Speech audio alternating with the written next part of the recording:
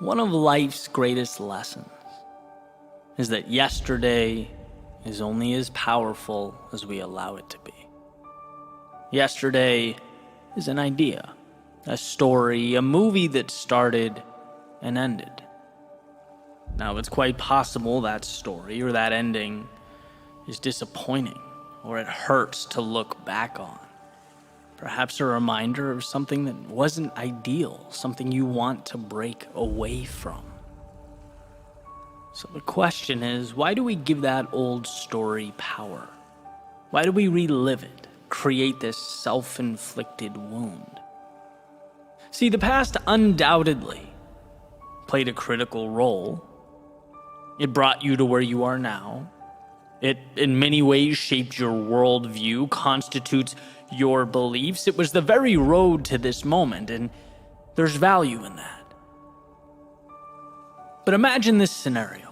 Imagine stepping into your car, turning the keys, and thinking to yourself that you can, in this very moment, only drive down the roads you drove on yesterday. Only associate with the street signs you know, the places you've already gone. Your reality now is determined by what you've already done. So adjust and get used to it. You would say that's outrageous, right? Yesterday's path has nothing to do with where I'm going now. Just like a boat's wake trailing off behind it has nothing to do with where it's going next. The person holding the wheel controls that.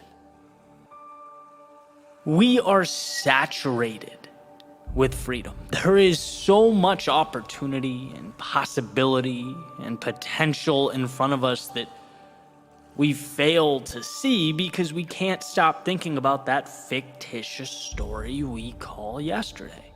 We confuse the path we took then for the one we need now, the wake from the steering wheel, what is, and that story about what was. The gateway to change is unshackling ourselves from those imaginary monsters. And more often than not, the answer isn't in finding some solution, it's in cutting ties with those things that no longer serve us. Then we see the world as it truly is. Then we see the magic laid out before us. And I get that it's easier said than done. Leaving a part of us behind hurts. Looking in the mirror and being vulnerable enough to say, I can be more than this. It's not easy, but it's possible. And everything starts with how we see ourselves.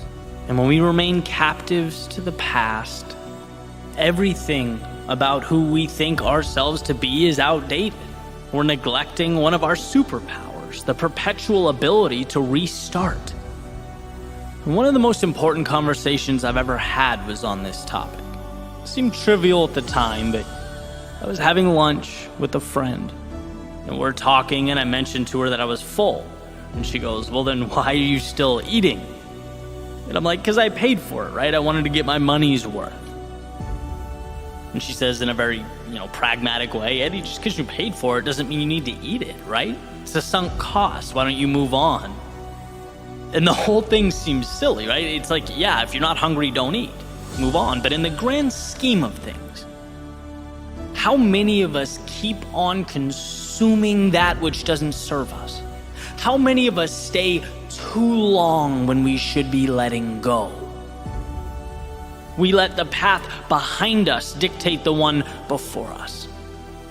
See, there's a tendency to overvalue what we know, to feel so invested in how things are, even when we're not happy or it's not healthy, that we'll take the pain of now over the potential for something greater. And that's precisely why the unknown is so terrifying. It's not concrete. It's a world unsettled, and man, do we hate being unsettled. But what we fail to realize is that every time we close our eyes, take a breath, and work up the courage to step into that unknown, to leave yesterday behind us, life gives us new pieces. It resets the stage. It provides new tools to build something incredible, something more ideal, more conducive to our goals, our hopes, and our dreams. And the thought is, well, but what if things become worse than they are right now? What if I move forward and I find myself more confused, more lost? What if things are more chaotic? And that may, for a moment, be true. But what we do is we adjust. We learn things we never knew. We see things through a lens that we never could. Touch things that we never thought existed. It wasn't in staying, but in leaving, that we rediscovered who we were meant to be. That we allowed our truest selves to flourish, and worst case scenario, contrary to popular belief, it's not that the world ends. No, the worst case scenario, should you find the courage to move forward, is that you end up right back where you started. A little more confident, a little bolder, and better prepared to live this life like you never had. All that's needed is for you to convince yourself that there is more. You just need to taste the fruit, step into the sunlight. That's the difference between reality and the story in your head. Reality is that this world has for you everything you need to change, to grow, explore, build a life that means something. It has the support structures and the resources for you to pull yourself back up every time you fall. To say, okay, that hurt, but now let's try a different angle. There is undoubtedly what you need. And the question is never whether the X on that treasure map exists. Trust me, it's there. The question is whether you can pause that story in your head. The tales of a dark, mean, and scary world trying to hold you down. Pause the idea that you're nothing more than the you of yesterday. You're nothing more than how people knew you to be. Pause the idea that you're nothing without that job title or that relationship. Pause the idea that you need him or her or them in your life. Every day you wake up, you are a blank canvas. Who cares about yesterday? What do you want to paint now? When you walk out your front door, where do you want to go now? Step outside that circle of familiarity. See how artificial and in some cases ridiculous these boundaries are that we place around ourselves.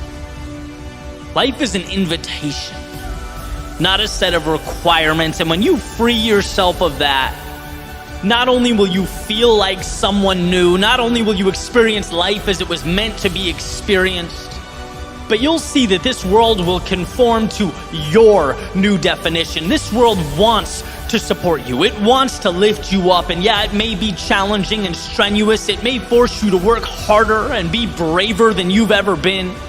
But it is, at the end of the day, your ally. You just have to see your future self before it materializes, when no one else gets it.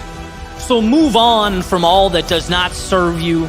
Break away from the old rules, regulations, and guidelines. Maybe you exhausted time and energy into creating this reality. Maybe it feels like a monumental piece of your identity. Maybe right now is the only security you have. Fine. But my hope is that you can respect it and walk away. See it as the sunken cost that it is. Just because you paid to get there doesn't mean you need to keep paying to make wrong decisions. Just because it took your time doesn't mean it's entitled to keep stealing your time. Just because it's part of your identity now doesn't mean it must be tomorrow. Just because it creates security doesn't mean it's right. Jails and steel bars are also incredibly secure. No, today we are breaking free, leaving the past in the past and setting our sights on the horizon. Today is the end of yesterday and the beginning of the rest of your life.